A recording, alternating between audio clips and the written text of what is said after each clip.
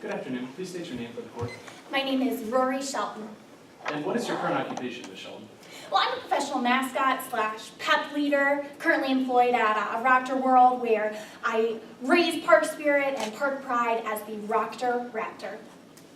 Why are you here in court today? Well, I'm here to testify about some experiences I had raising spirits alongside Cameron Poole and Whitney Bowman. First at Rules Rivertown, and then later at Raptor World as the Raptor Raptor. Well, before we get into those experiences, Ms. Sheldon, what qualifies you to be a professional mascot? Well, I've actually been raising people's spirits just about my entire life.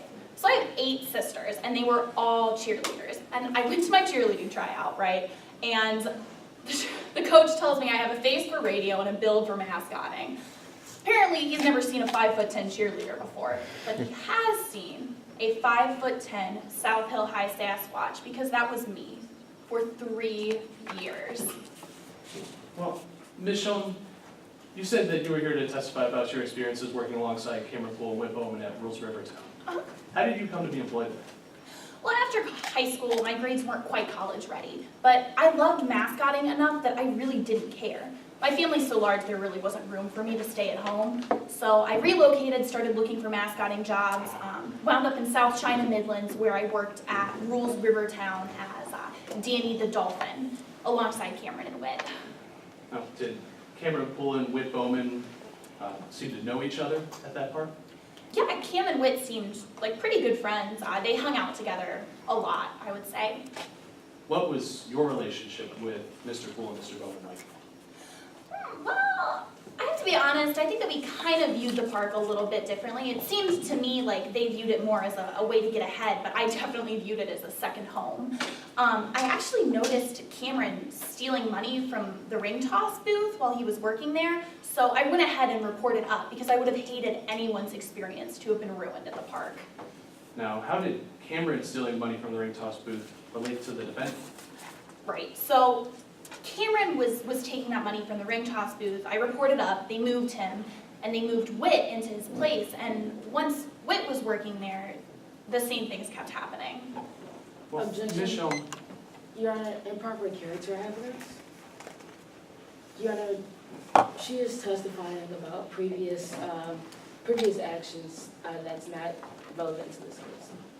may I respond, Your Honor? Pursuant to Rule 404B, past crimes, wrongs, or other acts are in fact admissible in court in order to show that the people committing those crimes either had knowledge or that this was perhaps a modus operandi of the people that were indeed operating and committing these crimes, wrongs, or other acts. Now, in this case, this testimony is not being used to show that the witness or that the defendant acted in conformity with that specific instance on the day of August 30th, 2012. This testimony is going to show that the defendant and Cameron Poole both had knowledge of how to defraud an amusement park, and that was something that Ms. Sheldon had observed on a previous encounter. Therefore, this is admissible. Any response?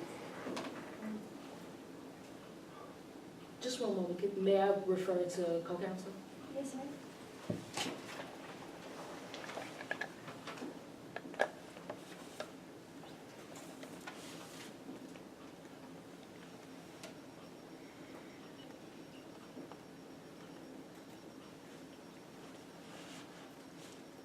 Your Honor, this wouldn't be admissible because they are trying to use the fact that Whit Bowman did this in the past. It would make it more likely that she would do it in the future again. Your Honor, may I respond? Are you finished? Yes.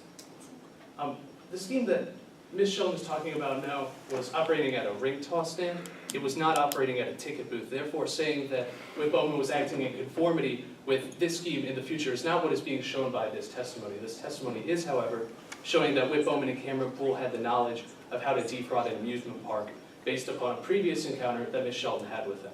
Now, pursuant to Rule 404B, this is in fact admissible as it is going towards the knowledge that Mr. Poole and Ms. Bowman had, and the prosecution also provided written notice of this prior to trial today. Thank you. Any response? Yes, Your Honor. They are still trying to use that scheme to correlate to the scheme that happened on August 30th, 2012.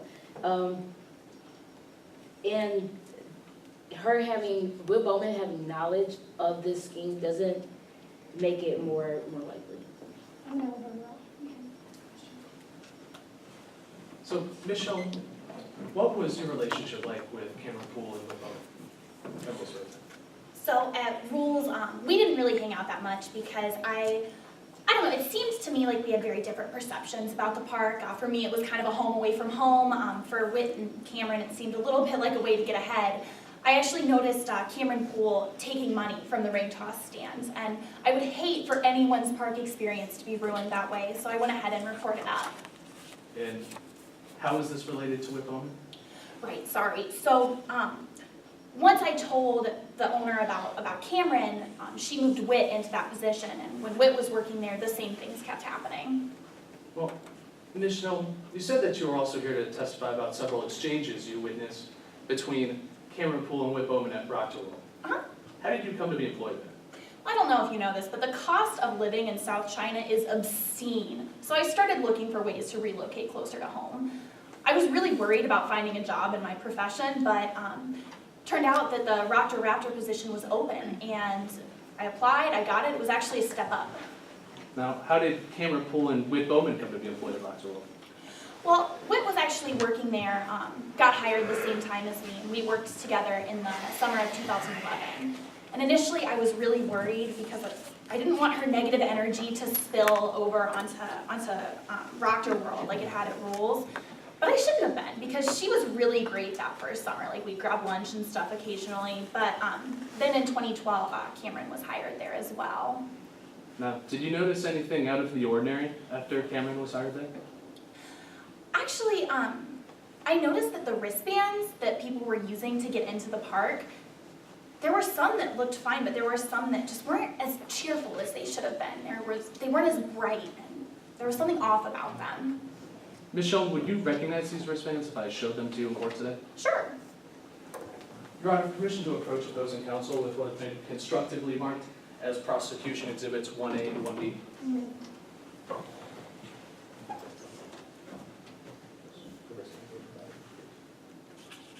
May I approach the witness?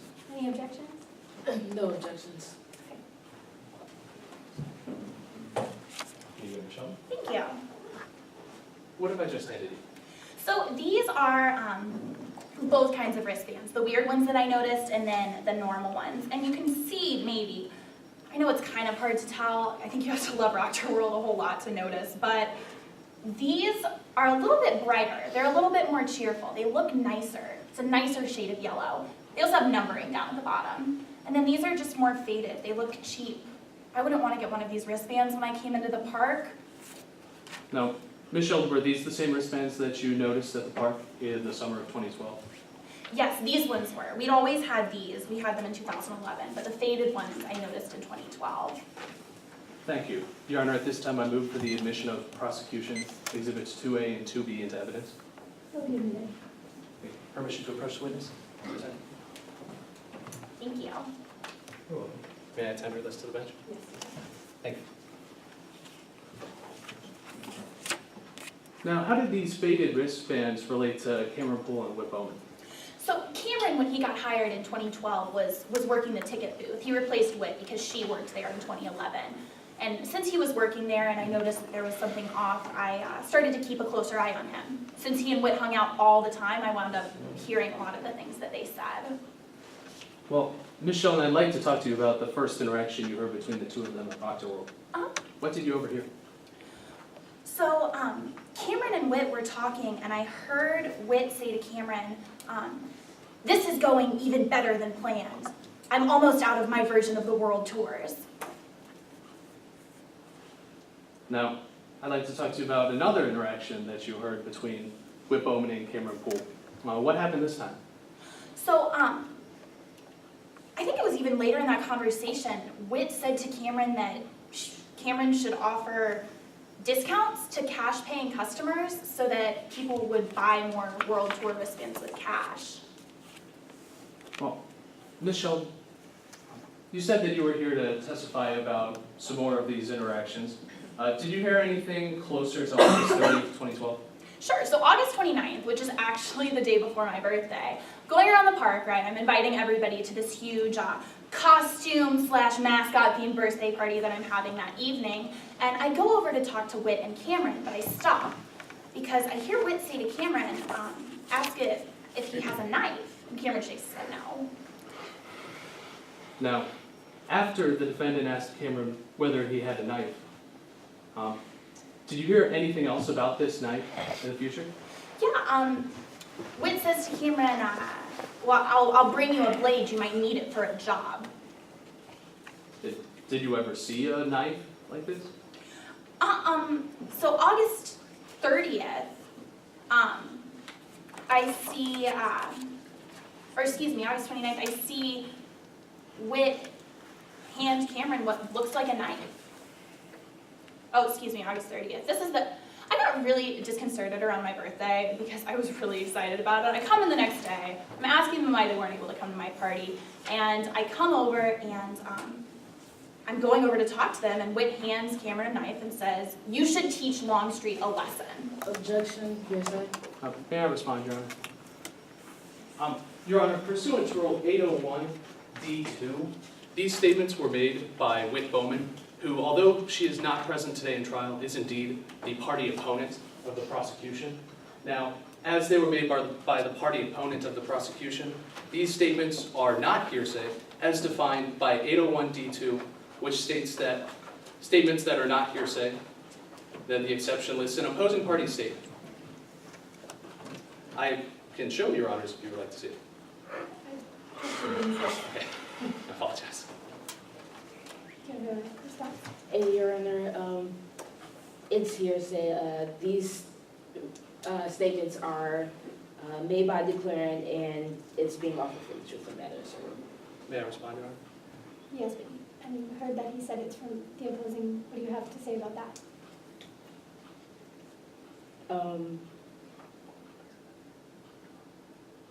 I'll withdraw my objection then. So, after you saw Whit Bowman hand Cameron pull a knife, did you see Cameron pull at all throughout the rest of the day? I did, actually. Toward the very end of the day, I'm over by the entrance to the park, trying to get our last couple customers excited about their evening at Rocker World, right? And I see Cameron Poole go into the ticket office. Did you ever see Cameron Poole come out of that ticket office? I did. A little while later, I saw Cameron run out of the ticket office with a bag in one hand and armed with the knife that Whit had given him. Thank you. No further questions at this time. Witness?